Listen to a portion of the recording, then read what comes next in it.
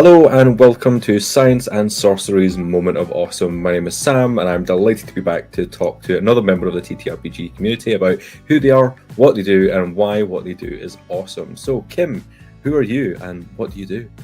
Oh goodness. Hi, I'm Kim. What do? I do a lot of things, wear a lot of hats, but I think my biggest and my favorite hat is for 5 Gems in a Trenchcoat. I am the audio editor, social media manager, cast member, GM, all of that sort of stuff for 5 Gems in a Trenchcoat. We are a Crit Award winning podcast. We rotate TTRPG systems and GMs each season. So yeah, that's what I do in the TTRPG space. Very, very well done on award-winning Crit Awards. Thank you. I still can't believe it. Every time I do something, I either forget to say it or I say it and I'm like, oh, that's right. That is a thing that we did. And so what was the award specifically then? What did you win? We won for Best Upcoming Podcast 2 years or less. So that was crazy. So how long exactly has 5GMs been going for then? Oh, goodness. Now I think we're a little over a year and a half now. We started in April of last year. Okay, that's like to be getting the recognition that you're getting in that short space of time's pretty amazing. Must have been quite a wild feeling. It was a wild feeling. The Crit Awards were happening the same time we were at a different con event thing, and so I was with Tanlin and Adam, and we were the time was coming around and we were pacing checking our phones because we were doing an event thing, but we were also it's happening, and I was like, okay, there's two sort of outcomes that could happen. One, we either win because we're busy, or two, we lose because we're busy. So we're gonna find out today what happened. And it was just crazy. And we got the news, and I was like, no way. And we also had a silly little thank you video we recorded over Zoom, and it's not the best. We were all very nervous because they were like, oh yeah, submit your thank you speeches just in preparation for if you do win. And we were like, I don't know what to say. We have a minute and there's 5 of us. Yeah, it's like whenever you watch big award ceremonies, I was watching the Emmys earlier this week, and just you get everyone's trying to get as many thank yous as you possibly can in. Yes. Before you get that orchestra coming in. Before I talk about thinking about what's been the secret for the success of what you have had so far, how did this podcast come together? How did it all start? Oh goodness. So this all started all because of Adam. This is an idea that he had for a while, and he just didn't know the people that he wanted to put into this project. And so he pitched it to all of us, and we were all yeah, of course. We had been playing together for I think around 2 years around that point. And he had that idea and was like, do you want to be a part of it? And I was like, yeah, this sounds so fun. And I think the hardest part of the creation was us coming up with our name. It took forever for us to come up with a name because we were like, okay, we need something that captures the vibe, but we also need to make sure that it makes sense for what we're doing with the podcast. And we threw so many names around, and it took one day. I think we were on I can't even tell you how many days we were at that point.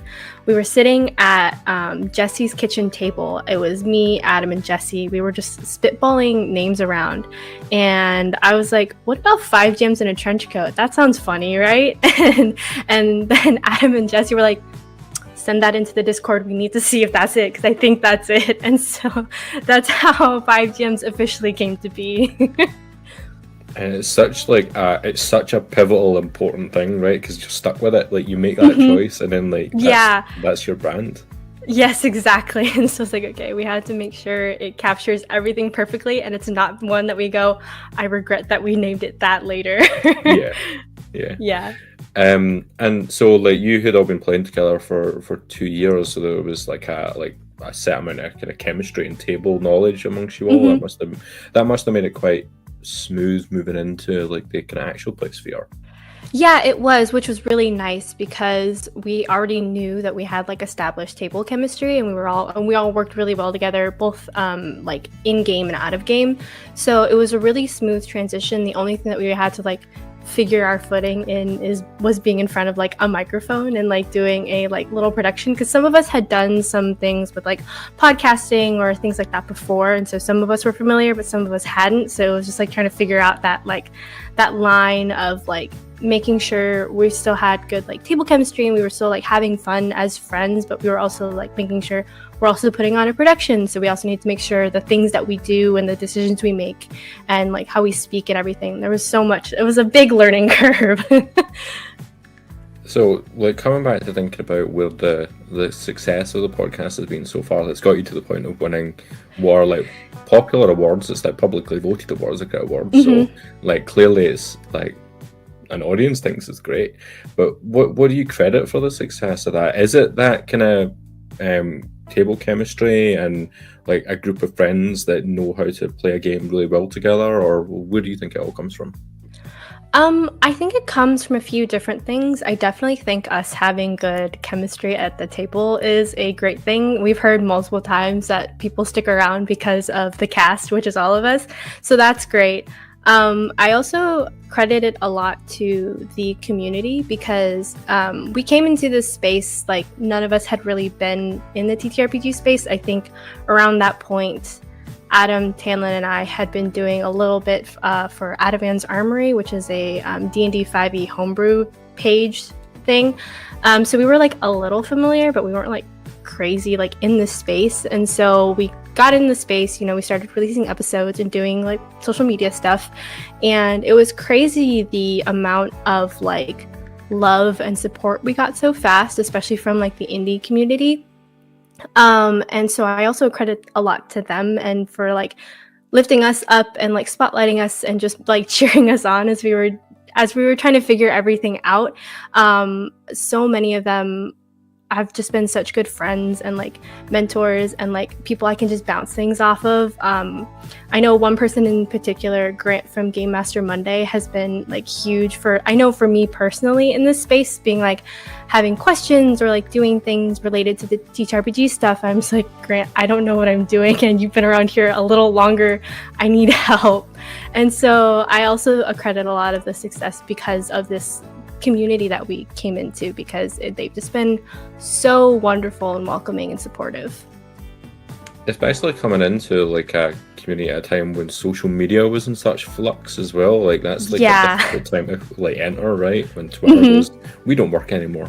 So I don't know, like how did you find that? That was super confusing because it was at a time where people were like, I don't think we're going to be on Twitter anymore. And it's like, okay, well, where are people going? And it's like, we ended up having to make like a bunch of other social media accounts too.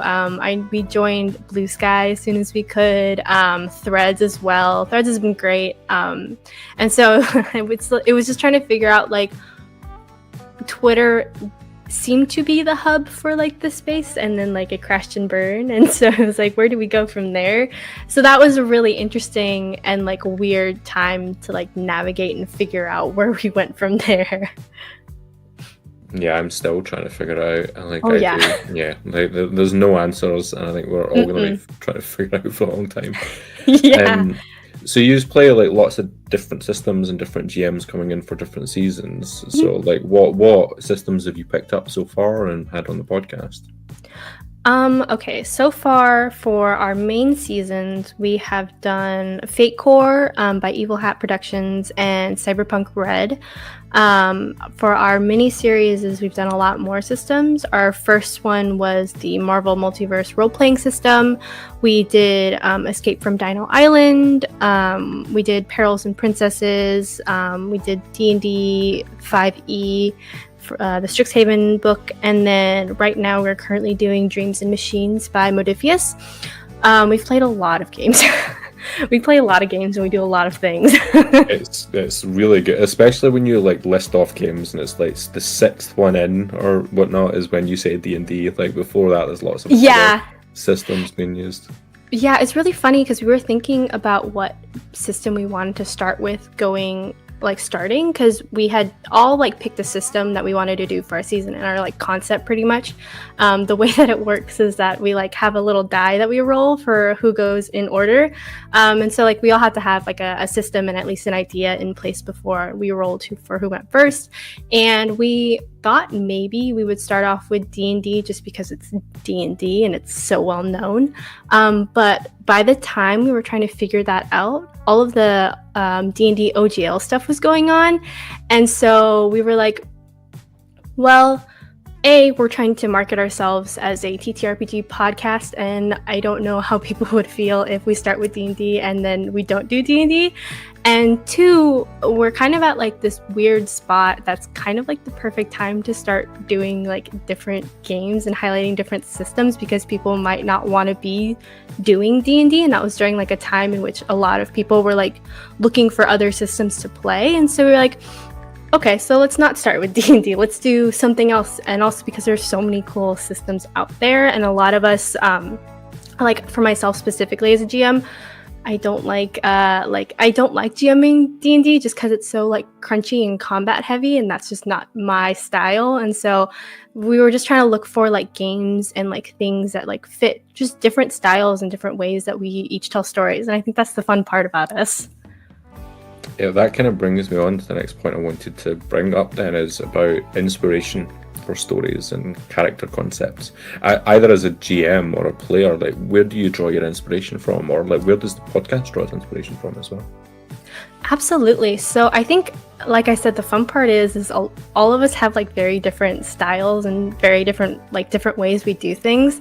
So for me personally, as for my GM style, I very quickly noticed, and everybody else noticed too, I'm a movie girly. I love films. I watch so many movies. In college, my minor was for film, so I was very engrossed in that, and I quickly found out that my storytelling and GMing style leans very heavily in that way. The only podcast recorded one that's out right now is my Perils and Princesses miniseries, and you can very much see that because I love doing like dramatic irony and all that fun sort of little thing, and like panning through, and I just love doing that sort of stuff. So I take a lot of inspiration from a lot of the movies and things that I watch. I'm a big stealer. I love stealing things, whether it be from the things that I watch or other podcasts I listen to. I just love doing that. And then I think in terms of like character creation more specifically, I root a lot of my characters in so I'm a 4th generation Japanese American, so TTRPGs came at a kind of an interesting time for me when I was trying to figure out that part of myself and trying to like learn more about, you know, the Japanese side of my heritage. And so I found very quickly as well, I take a lot of my inspiration from that. So like my character in our first season, her name is B. A lot of her clothing and like the way that she like acted and that sort of thing, because I think the time period was around like Renaissance-y, sort of like Spain/Italy. And so I was like, okay, well, during that time, what did people in like, you know, Japan and stuff wear? And like specifically for her, because her fighting style and that sort of thing, I went with like a lot of like loose flowy clothing and things like that, but things that were like meant a lot to her. And she did a lot of like hand-to-hand combat and that sort of thing as well. And you can see that throughout a lot of my characters for the podcast as well. And also I'm a big person who likes having names mean things. So oftentimes if you see my characters' names and you put them through like Google Translate or something, you'll see that they have an alternate meaning, and that usually reveals something about what I've chosen for my character or something like that. So yeah, I think that's that. Both sides of that are really interesting. First, coming back to the idea of like you said stealing, but like it's the whole Picasso thing that like, great artists steal, right? Like, do you have any kind of specific touchstones of movies that have kind of drawn that inspiration out? Yeah, absolutely. I think a lot. So I grew up as a Disney kid. A lot of Disney movies and things like that. I take a lot of like that sort of like happy ending, here's this sort of thing, but especially as I got like older and things like that. So if we're gonna do like a letterboxed for favorite movies, love it. I didn't realize I was going to become that interviewer, but there I am. I'm the letterboxed. So letterboxd for favorite movies. I have La La Land, I have Everything Everywhere All at Once, Tangled, and then Spirited Away. So those are 4 movies that I also take a lot of. I've realized I took a lot of like storytelling inspiration from as well. I love what especially Everything Everywhere All at Once does in terms of storytelling and breaking, like very obviously breaking the movie up into acts, but also just like the emotional, I think, like weight that is throughout the entire story, even though there are like comedic breaks and that sort of thing. I found that a lot of my GMing and a lot of what I like to write has that sort of like emotional looming behind as the story is kind of going and that sort of thing. And I love focusing specifically on like inter-party relationships and that sort of thing, and like just character interactions. That's something that I personally love.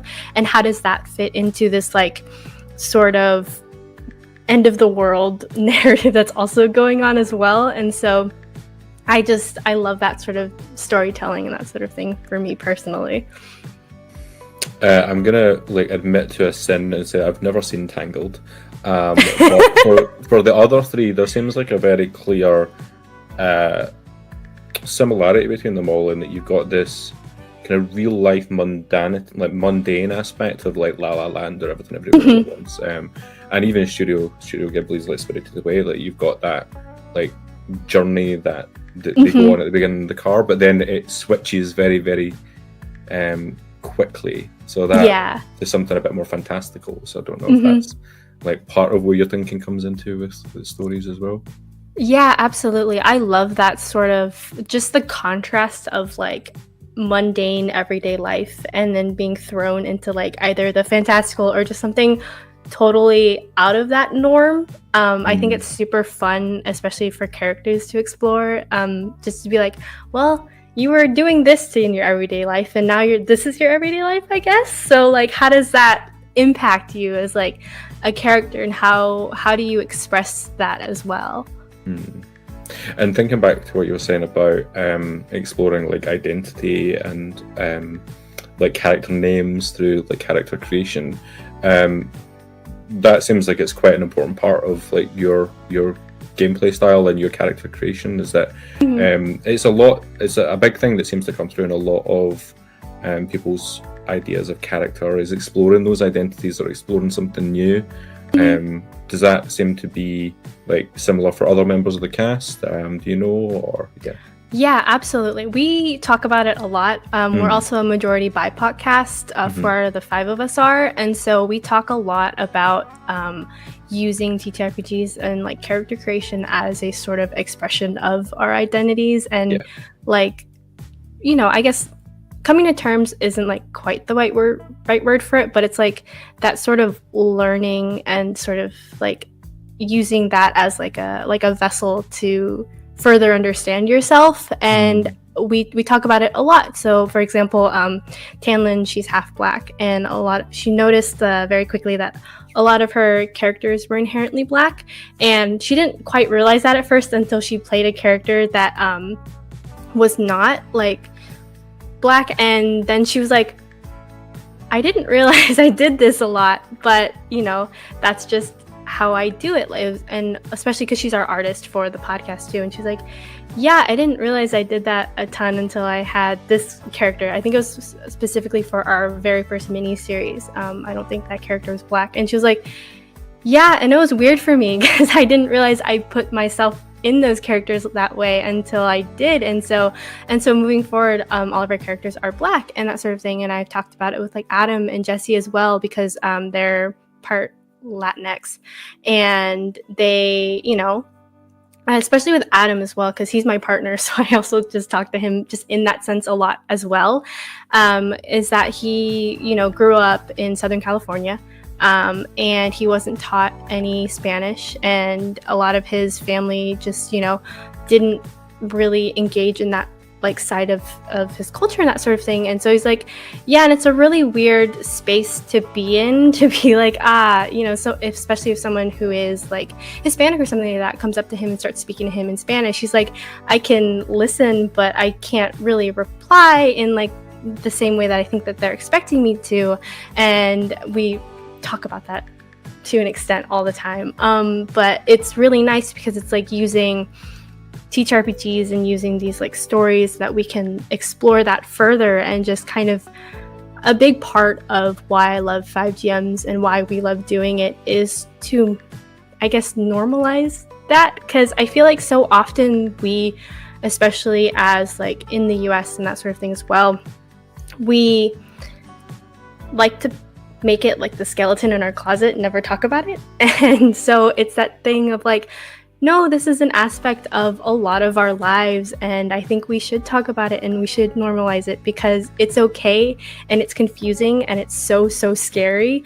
However, you're not alone, and you can. And I think that's also the beautiful things about TTRPGs is that they're so collaborative, and even no matter like what you have planned for your character and yourself, you're never alone in these stories. And I think it's just so important, especially for the space, and to have more like BIPOC creatives in the space, is just to continue that, because I think it's just such an important message and story to tell.